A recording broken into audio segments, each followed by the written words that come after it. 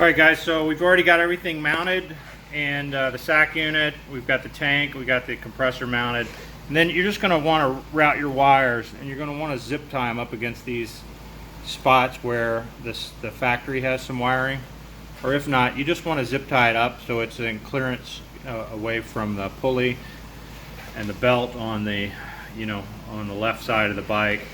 You're going to route everything up. I like routing it up through here so it comes out in front of the battery, this firewall here, and then I route them under these wires so that when if you put your seat on it, you don't want any kind of ability for the seat maybe to smush the line. You don't want to have any kinks in the line. So you see how I've got it nice. It'll all tuck in, and then it routes up into here to the control unit.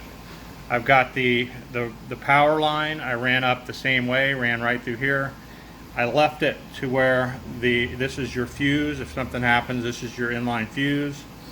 And then I popped it out right here, and then you plug it in to your battery tender. Now, if you can cut this and terminate it into your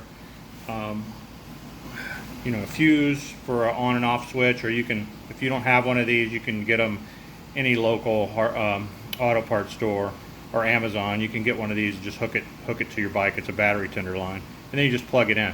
That's it. So you want to have your lines routed on your shocks. When you route your shock lines, you want to do the same thing. I routed it the same way.